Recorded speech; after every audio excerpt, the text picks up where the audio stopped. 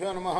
श्री महागणाधिपति नमः। श्री सरस्वती नमः. భక్తులారా, వ్యాస మహర్షి రచించిన మహాభారత ఇతిహాసం యథాతథంగా చెప్పుకున్నాం. ప్రతి శ్లోకం దాని అర్థం. ఇందులో భాగంగా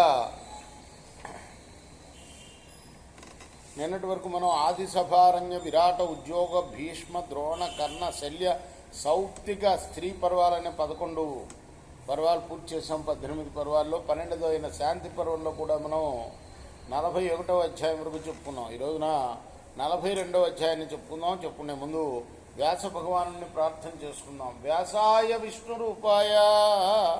వ్యాసరూపాయ విష్ణవే నమో వై బ్రహ్మనిదయే వాసిష్ఠాయ నమో నమః.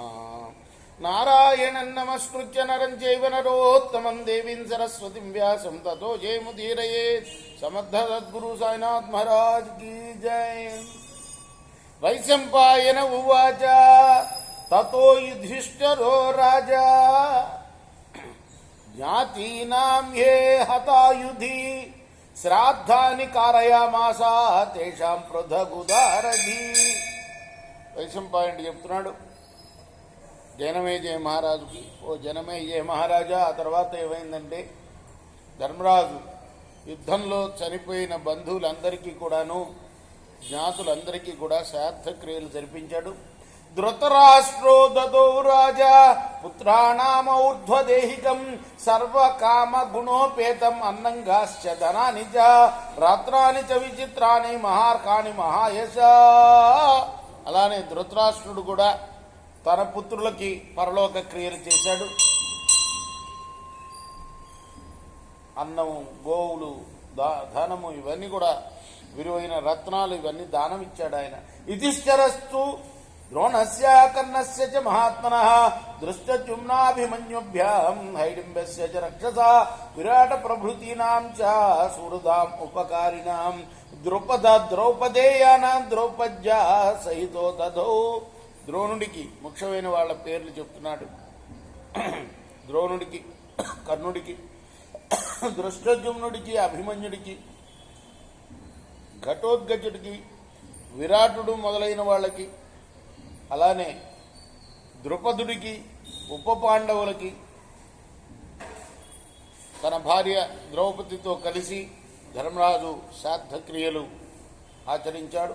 బ్రాహ్మణానాం సహస్రాని హృతగేకైకముద్దిశన్ ధనైరత్నైశ్చ గోభిశ్చ వస్త్రైశ్చ సమతర్పయేత్. వేల కొలదిగా ఉన్న బ్రాహ్మణులకి ఒక్కొక్కరికి వేరువేరుగా వేల కొద్ది రత్నాలు, ఆవులు, వస్త్రాలు, సంపదలు ఇవన్నీ కూడా దానం చేశాడు. ఏ చాన్యే పృథివీపాలాః ఏషాం నాస్తి సుహృజ్జనః ఉద్దిశ్యోద్దిశ్య తేషాం చ చక్రే రాజా ఔర్ధ్వదేహికం.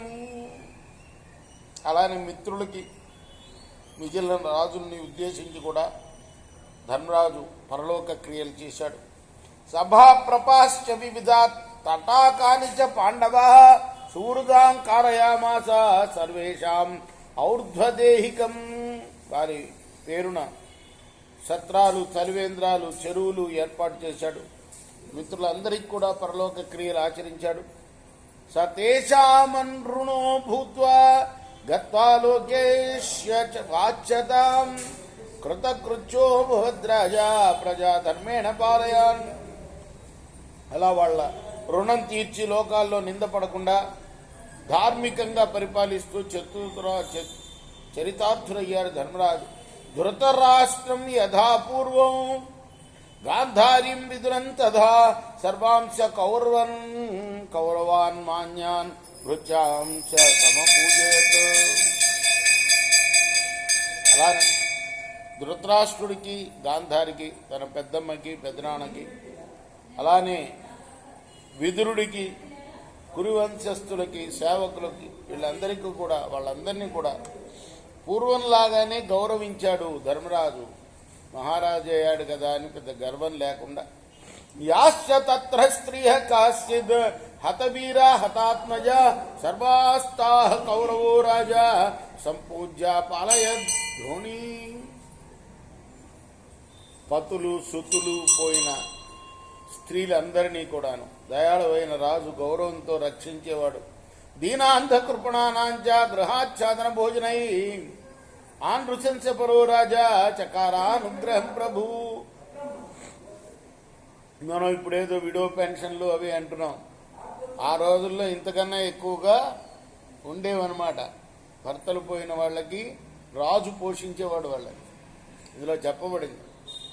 అలానే దీనులకి, అంధులకి, దిక్కులేని వారికి గృహాలు, వస్త్రాలు, భోజనాలు ఇవన్నీ కూడా ఇచ్చేవాడు ధర్మరాజు. చాలా కరుణాపరుడుగా ఆయన పేరుగాంచాడు. అనిస్సపత్న సుఖీ రాజా విజహార యుధిష్ఠర స విజిత్య మహీకృత్నాం ఆవృణ్యం ప్రాప్య వైరిషు. శత్రువుల పట్ల కూడాను ఏమాత్రం ఉపేక్షించకుండా